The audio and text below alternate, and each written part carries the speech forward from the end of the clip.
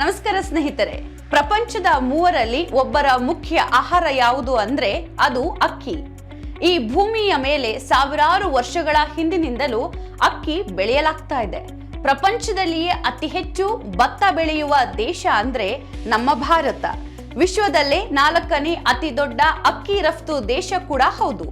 ಅಕ್ಕಿ ಭಾರತದಲ್ಲಿ ಬಹುತೇಕ ಜನರು ಬಳಸುವ ಆಹಾರ ಪದಾರ್ಥ. ನಮ್ಮೆಲ್ಲರ ಹೊಟ್ಟೆಯ ಹಸಿವನ್ನ ಅಕ್ಕಿಯಿಂದ ಮಾಡಿದ ಅನ್ನ ನೀಗುತ್ತಲೇ ಬಂದಿದೆ. ಅದರಲ್ಲೂ ದಕ್ಷಿಣ ಭಾರತೀಯರಿಗೆ ಅನ್ನವೇ ಮುಖ್ಯ ಆಹಾರ. ಅನ್ನ ಬ್ರಹ್ಮನಿಲ್ಲದೆ ಜೀವನ ಸಾಗದು.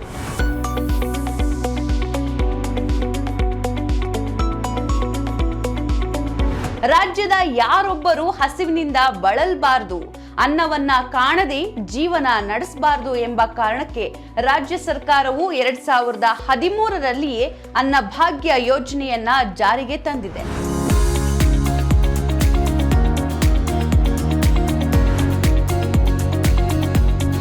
ಈಗ ಈ ಯೋಜನೆಯ ಅಡಿ ಬಿಪಿಎಲ್ ಕಾರ್ಡ್ ಹೊಂದಿರುವ ಕುಟುಂಬದ ಪ್ರತಿಯೊಬ್ಬ ಸದಸ್ಯರಿಗೆ ತಿಂಗಳಿಗೆ 10 ಕೆಜಿ ಅಕ್ಕಿಯನ್ನ ಉಚಿತವಾಗಿ ನೀಡಲಾಗ್ತಾ ಇದೆ.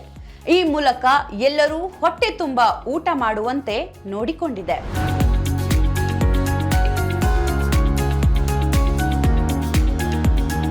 ಅನ್ನಭಾಗ್ಯ ಯೋಜನೆಯ ಅಡಿ ವಿತರಿಸಲಾಗ್ತಾ ಇರುವ ಈ ಅಕ್ಕಿಯನ್ನ ಅನ್ನ ಮಾಡಿಯೇ ಹೊಟ್ಟೆ ತುಂಬಿಸ್ಕೊಬೇಕು ಅಂತೇನಿಲ್ಲ.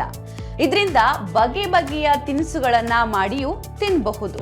ತಮ್ಮ ಹೊಟ್ಟೆಯ ಹಸಿವು ನೀಗಿಸಿಕೊಳ್ಳಬಹುದು. ನಿಮ್ಗೆಲ್ಲ ಗೊತ್ತಿರುವಂತೆ ಅಕ್ಕಿಯು ರುಚಿಯ ಖಜಾನೆ ಇದ್ದಂತೆ. ಅಕ್ಕಿಯಲ್ಲಿ ಮಾಡುವಂತಹ ಬಗೆ ಬಗೆಯ ಖಾದ್ಯಗಳನ್ನ ಬಹುಶಃ ಬೇರೆ ಯಾವುದೇ ಧಾನ್ಯಗಳಿಂದಲೂ ಮಾಡಲಾಗುವುದಿಲ್ಲ. ಅನ್ನ ಸೇವನೆ ದೇಹದ ಆರೋಗ್ಯ ವೃದ್ಧಿಸಿದ್ರೆ ಅಕ್ಕಿಯಿಂದ ಮಾಡಬಹುದಾದ ಖಾದ್ಯಗಳು ಬಾಯಿ ಚಪ್ಪರಿಸುವ ರುಚಿಯನ್ನ ಉಣಬಡಿಸುತ್ತವೆ.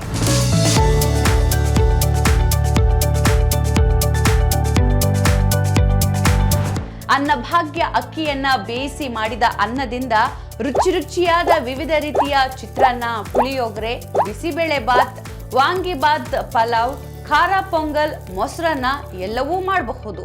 ಇನ್ನು ಅಕ್ಕಿಯನ್ನ ನೆನೆ ಹಾಕಿ ಹಿಟ್ಟು ಮಾಡಿಕೊಂಡ್ರೆ ಬಿಸಿ ಬಿಸಿಯಾದ ಮಲ್ಲಿಗೆ ಇಡ್ಲಿ, ಗರಿಗರಿಯಾದ ಮಸಾಲೆ ದೋಸೆ, ನೀರ್ ದೋಸೆಯನ್ನ ಕೂಡ ಮಾಡಿಕೊಂಡು ಸವಿಯಬಹುದು. ಇನ್ನು ಅಕ್ಕಿ ಕಡುಬಿನ ಮುಂದೆ ಬೇರೆ ತಿಂಡಿ ಉಂಟೆ? ನೀವೇ ಹೇಳಿ.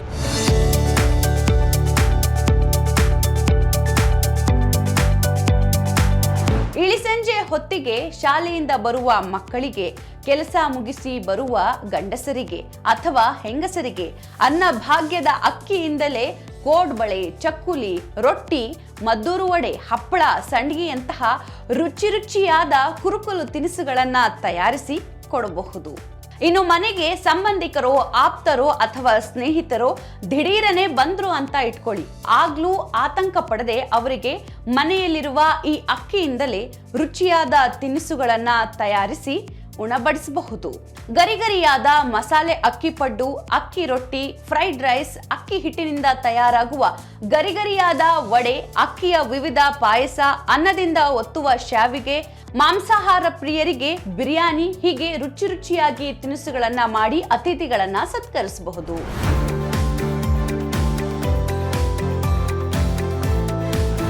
ಹಬ್ಬ ಹರಿದಿನಗಳು ಅಥವಾ ಶುಭ ಸಮಾರಂಭಗಳಲ್ಲಂತೂ ಅನ್ನಭಾಗ್ಯದ ಅಕ್ಕಿ ಬಳಕೆ ಹೆಚ್ಚಿರುತ್ತೆ. ಅಕ್ಕಿ ಪಾಯಸ, ಸಿಹಿ ಪೊಂಗಲ್, ಬೆಲ್ಲದನ್ನ, ಶಿವರಾತ್ರಿ, ಗೋಕುಲಾಷ್ಟಮಿಗೆ ಹುರಿದ ಅಕ್ಕಿ ತಂಬಿಟ್ಟು, ದೀಪಾವಳಿಗೆ ಕಜ್ಜಾಯ, ಚೌತಿಗೆ ಅಕ್ಕಿ ಹಿಟ್ಟಿನ ಕಡುಬು, ಮೋದಕ, ಅಕ್ಕಿ ಕೇಸರಿಬಾತ್, ಹೀಗೆ ಒಂದಲ್ಲ ಒಂದು ರೀತಿಯ ತಿಂಡಿಗಳನ್ನ ಮಾಡಿ ದೇವರ ನೈವೇದ್ಯಕ್ಕೂ ಇಟ್ಟು ನಾವು ಬಾಯಿ ಚಪ್ಪರಿಸಬಹುದು. ನಿಮ್ಗೆ ಗೊತ್ತೇ, ಅಕ್ಕಿಯು ಕ್ಯಾಲೋರಿ ಮತ್ತು ಕಾರ್ಬೋಹೈಡ್ರೇಟ್ಗಳಿಂದ ಸಮೃದ್ಧವಾಗಿದೆ. ಇವಲ್ಲದೆ ಕೊಬ್ಬು, ಕ್ಯಾಲ್ಸಿಯಂ, ಕಬ್ಬಿಣ, ಮೆಗ್ನೀಷಿಯಂ, ರಂಜಕ ಮತ್ತು ಸತು ಕೂಡ ಇದರಲ್ಲಿದೆ.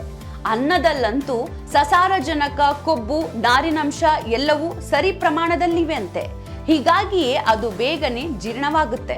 ಅಕ್ಕಿಯಿಂದ ಯಾವುದೇ ರೀತಿಯ ಆಹಾರ ಪದಾರ್ಥಗಳನ್ನ ಮಾಡಿಕೊಂಡು ತಿಂದ್ರೂ ಆರೋಗ್ಯಕ್ಕೆ ಉಪಯುಕ್ತವೇ ಆಗಿರುತ್ತೆ. ಹೀಗಾಗಿಯೇ ಅಕ್ಕಿಯ ನಂಬುವವನು ಹಕ್ಕಿಯಂತಾಗುವನು ಎಂದು ಸರ್ವಜ್ಞನೇ ಹೇಳಿದ್ದಾನೆ. ಇಷ್ಟು ಸರ್ವಶ್ರೇಷ್ಠವಾದ ಅಕ್ಕಿಯನ್ನ ರಾಜ್ಯ ಸರ್ಕಾರ ಅನ್ನಭಾಗ್ಯ ಯೋಜನೆಯ ಮೂಲಕ ಉಚಿತವಾಗಿ ವಿತರಿಸ್ತಾ ಇದೆ. ಇದನ್ನ ಪಡೆಯುತ್ತಿರುವ ನಾವೆಲ್ಲರೂ ನಿಜಕ್ಕೂ ಧನ್ಯರಲ್ಲವೇ? ಮತ್ತೆ ಸಿಗೋಣ. ನಮಸ್ಕಾರ.